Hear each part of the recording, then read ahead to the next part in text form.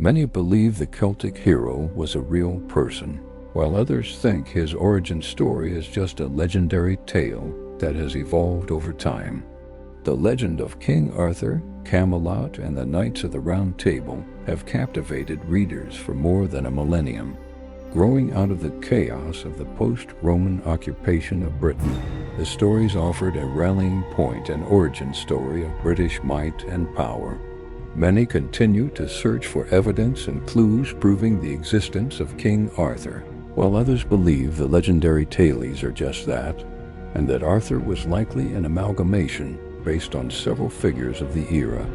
Likely the first written account to mention the figure we now know as King Arthur was composed in the 6th century by a Welsh monk named Gildas, and a work about the Roman conquest of Britain and its aftermath.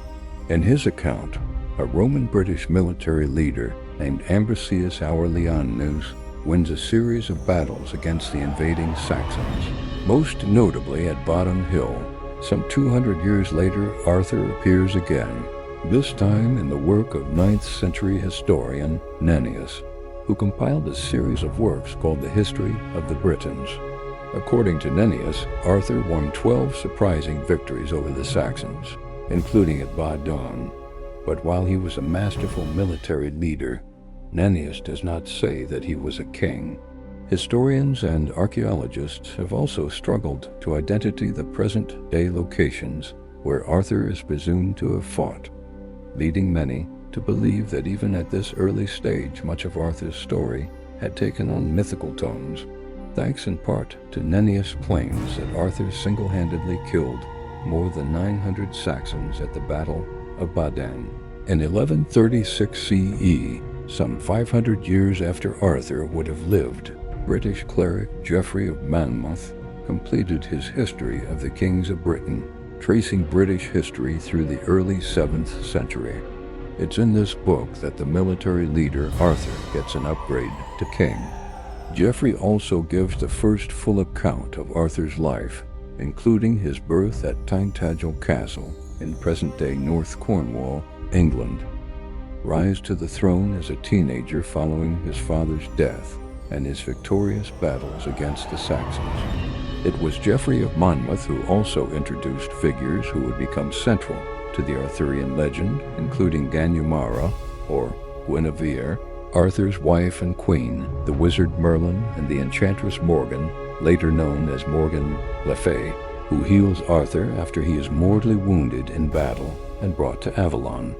Mordred, whose relationship to Arthur shifted as the Arthurian legend later grew, is depicted as Arthur's duplicitous nephew who usurps both the throne and Arthur's wife while Arthur is away at war in Geoffrey's account. Geoffrey's work is also the first to mention Arthur's powerful sword, although it's known as Calibur, not yet Excalibur. Geoffrey's book, written in Latin but translated into several languages, was a popular success, but even his contemporaries cast a wary eye on his scholarship. He claimed to have based much of his writing on the translation of an ancient work given to him by a fellow cleric, but he was unable or unwilling to show the materials to others.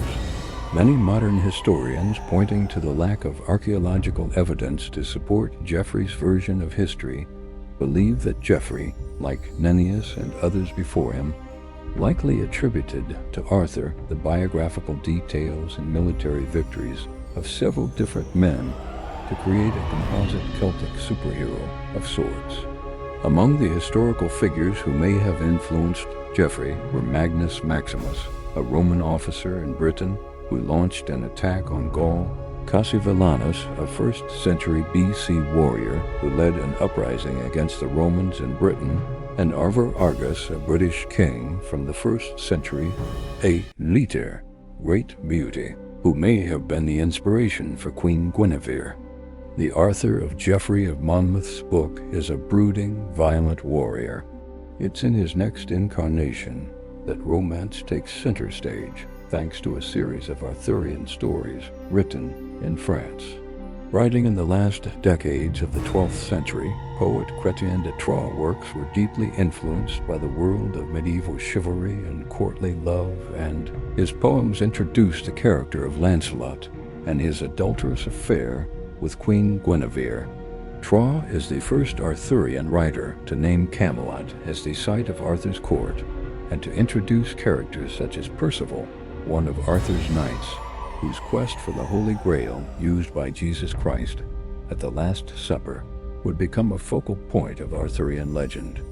Robert de Baron, another French poet, picked up on the work of Chrétien de Troyes, imbuing his three poems with deep religious symbolism, including his account of Joseph of Arimathea, a follower of Jesus, who provided the tomb in which he was buried. In de Baron's tale, the Holy Grail was used to catch Christ's blood during his crucifixion, and then was spirited away to Britain by Joseph.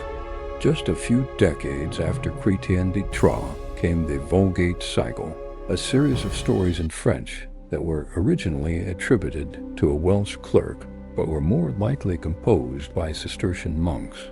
The romance between Lancelot and Guinevere takes center stage here, along with the life of Merlin and the death of Arthur at the hands of Mordred, this time Arthur's illegitimate son, not his nephew.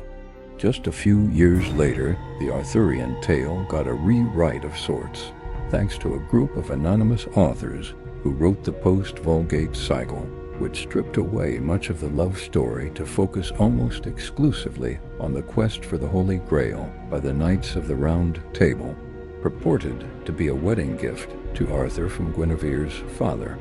Although there is some debate among historians, it's believed that the author of Les Morte d'Arthur, The Death of Arthur, was a well-born, wealthy Englishman who frequently fell afoul of the law and likely wrote his famous work while in prison.